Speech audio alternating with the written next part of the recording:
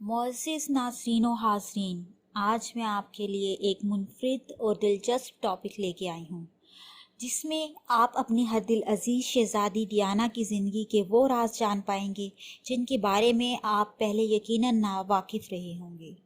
شہزادی ڈیانا کوئی عام شہزادی نہیں تھی اور نہ ہی اس نے ایک عام زندگی گزاری تھی، بلکہ اس کی زندگی ایسے رازوں سے بھری پڑی تھی جن کے بارے میں عام انسان تصور بھی نہیں کر سکتا۔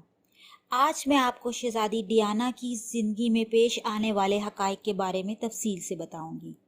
آپ کو ویڈیو میں ایسی باتیں جاننے کو ملیں گی جو آج سے پہلے آپ کے کانوں تک نہیں پہنچی ہوں گی، مگر اس کے لیے آپ کو شروع سے آخر تک ویڈیو کو دیکھنا ہوگا۔ شہزادی ڈیانا کا اصل نام ڈیانا فرانسس اسپینسر تھا۔ وہ برطانیہ کے شاہی خاندان میں یکم جولائی 1961 کو پیدا ہوئیں۔ ڈیانا 4 بہن بھائی تھے، جن میں بہنیں لیڈی سیرا اور جین اور بھائی چارلز اسپینسر شامل ہیں۔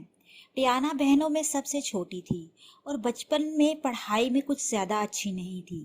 وہ کئی بار اپنے اسکول کے ایگزام میں فیل ہو جایا کرتی تھی۔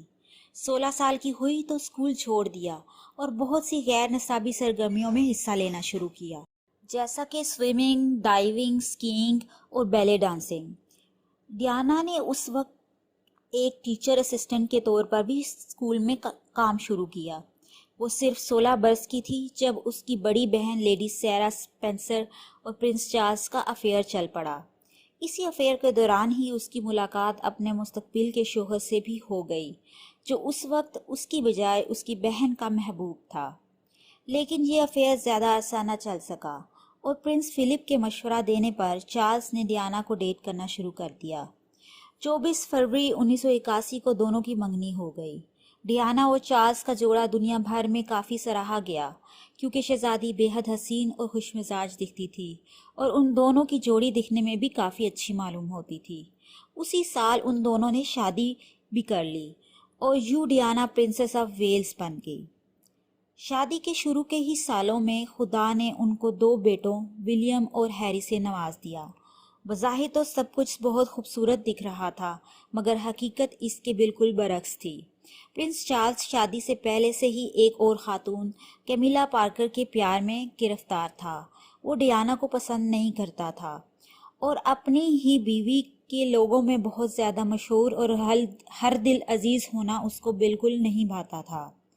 چارلز کو ڈیانا کی اس شہرت سے جلن محسوس ہونے لگی اور اسی حسد اور جلن کی آگ میں جلتے ہوئے وہ اپنی معشوقہ سے اور قریب ہوتا چلا گیا۔ ڈیانا کی ملکہ الزبتھ سے بھی کچھ زیادہ نہیں بنتی تھی، کیونکہ ملکہ اس کو شاہی خاندان کے اصولوں کے مطابق زندگی گزارنے پہ مجبور کرتی تھی، جبکہ وہ اس کے برعکس ایک عام انسان کی زندگی گزارنے کی خواہاں تھی۔ ڈیانا اور چارلز ایک دوسرے سے اتنے دور ہو گئے کہ شادی شدہ ہونے کے باوجود دونوں نے شادی سے باہر افیئر چلانے شروع کر دیے۔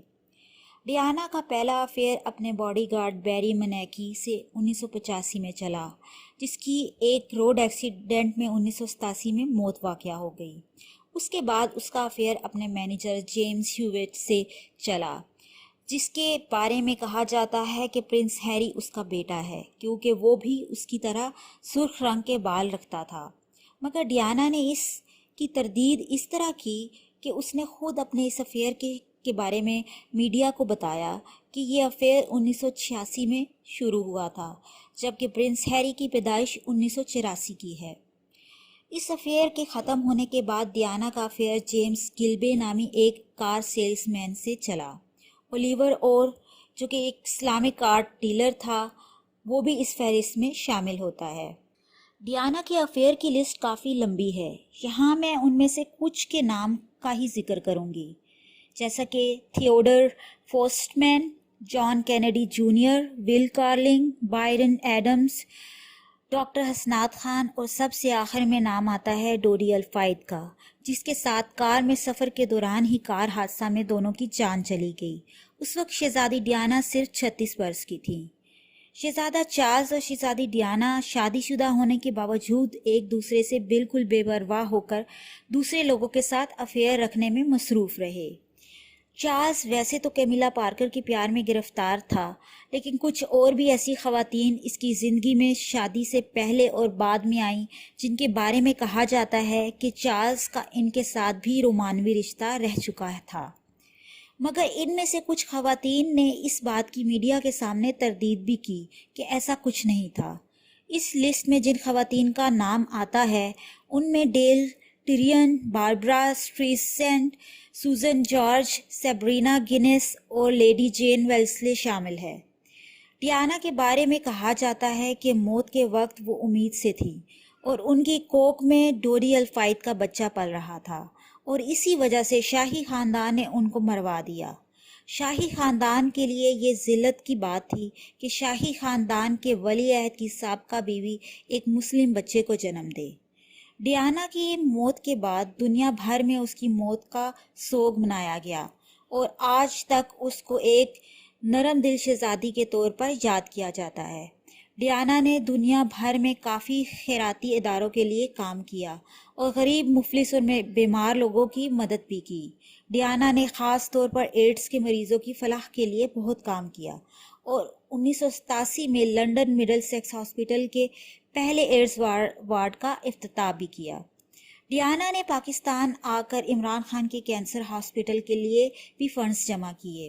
گویا کہ شہزادی دنیا میں کہیں بھی کوئی فلاحی کام ہو رہا ہوتا تو وہاں پہنچ جاتی، اور اس لیے آج بھی اپنے جانے کے بعد کروڑوں دلوں میں راج کر رہی ہے۔ تو ناظرین، آپ کو کیسی لگی آج کی ویڈیو؟ کمنٹ سیکشن میں لکھ کر ضرور بتائیے گا۔ اب تک کے لیے بس اتنا ہی، جلد ہی انشاءاللہ میں آپ کے سامنے پھر ایک دلچسپ ویڈیو کے ساتھ حاضر ہوں گی۔ اللہ حافظ۔